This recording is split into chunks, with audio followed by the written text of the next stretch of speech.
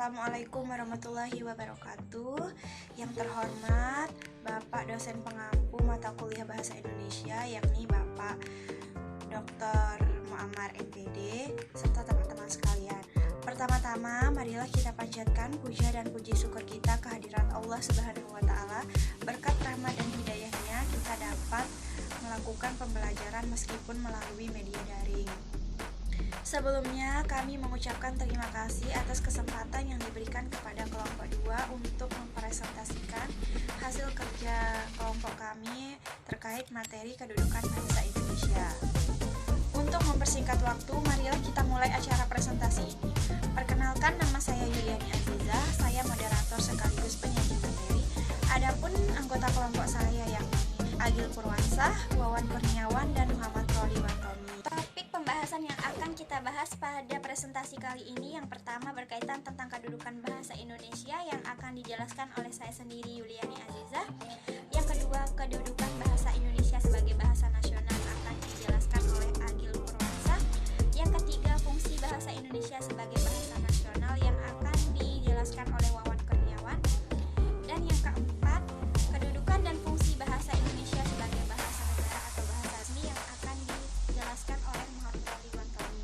Yang pertama, kedudukan bahasa Indonesia. Dari sejarah kelahiran dan perkembangannya yang penuh dengan perjuangan, dapat kita ketahui bahwa bahasa Indonesia mempunyai kedudukan yang istimewa serta fungsi yang luar biasa bagi bangsa Indonesia. Kedudukan bahasa Indonesia yang sebagai bahasa nasional sudah dimulai sejak diproklamasikannya seluruh dunia pada tanggal 28 Oktober 1928. Selain sebagai bahasa nasional, bahasa Indonesia juga mempunyai kedudukan sebagai bahasa resmi atau bahasa negara. Dengan ketentuan yang tertera dalam Undang-Undang Dasar tahun 1945, Bab 15 Pasal 36. Kenapa dibedakan kedudukan bahasa Indonesia sebagai bahasa nasional dengan kedudukan bahasa Indonesia sebagai bahasa resmi? Mengenai kedudukan bahasa Indonesia sebagai bahasa nasional, sekarang akan dijelaskan lebih lanjut oleh Agil Purwansah.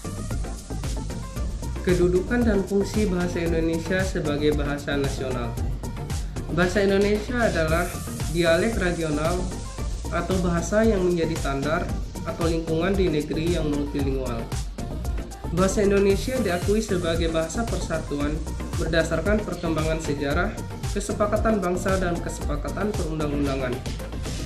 Bahasa persatuan adalah bahasa yang dianggap sebagai faktor yang menyatukan masyarakat secara politis dan kultural, atau Ensiklopedia Nasional Indonesia 1989.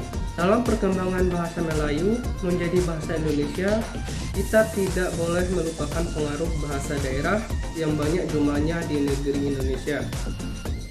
Sehubungan dengan hal itu, Slamet Mulyana mengatakan bahwa antara bahasa Indonesia dan bahasa daerah telah terjadi kontak sosial dan budaya yang aktif.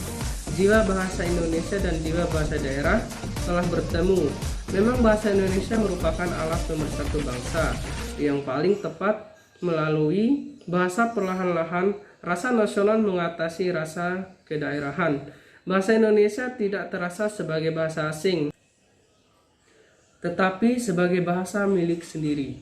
Di samping bahasa itu atau bahasa daerah, oleh karena itu tidak aneh lagi jika dalam perkembangan bahasa Melayu menjadi bahasa Indonesia, bahasa kita ini banyak menerima unsur bahasa daerah, misalnya dalam perbendaharaan kata dan struktur kalimat. Selanjutnya, fungsi bahasa Indonesia sebagai bahasa nasional. Bahasa Indonesia adalah bahasa resmi Republik Indonesia sebagaimana disebut dalam Undang-Undang Dasar tahun 1945. Pasal 36, bahasa negara ialah bahasa Indonesia.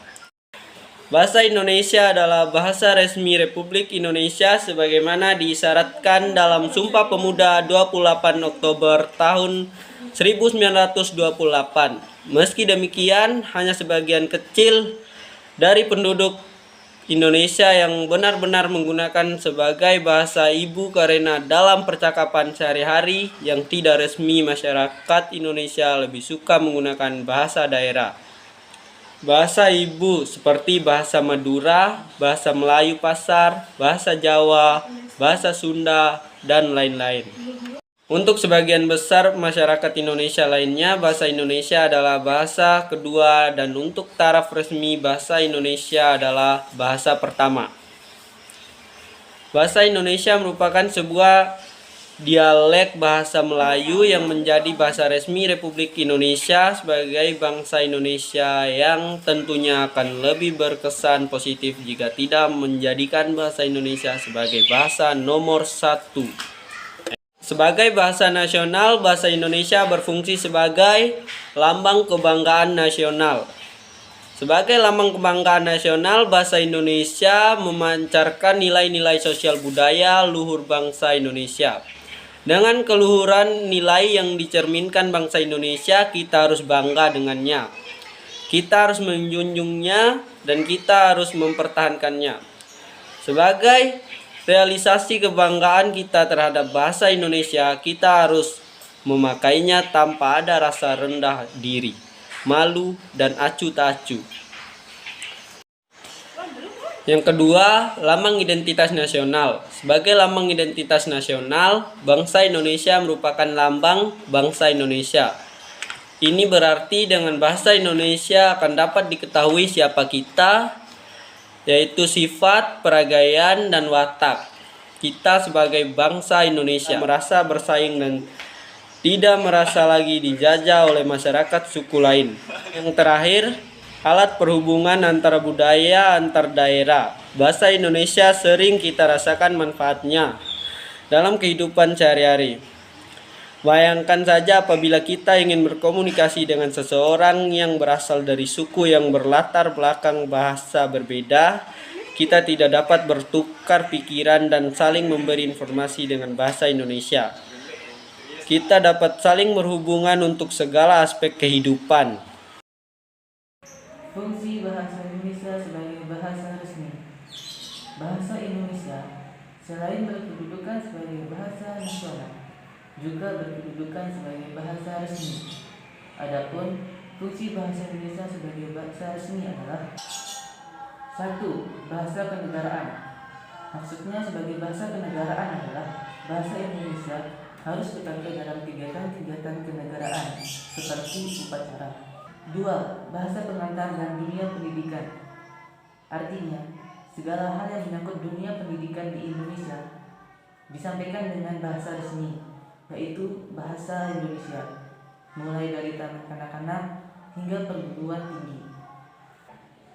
3. Alat perhubungan pada tingkat nasional untuk perencanaan dan pelaksanaan pembangunan serta pemerintahan.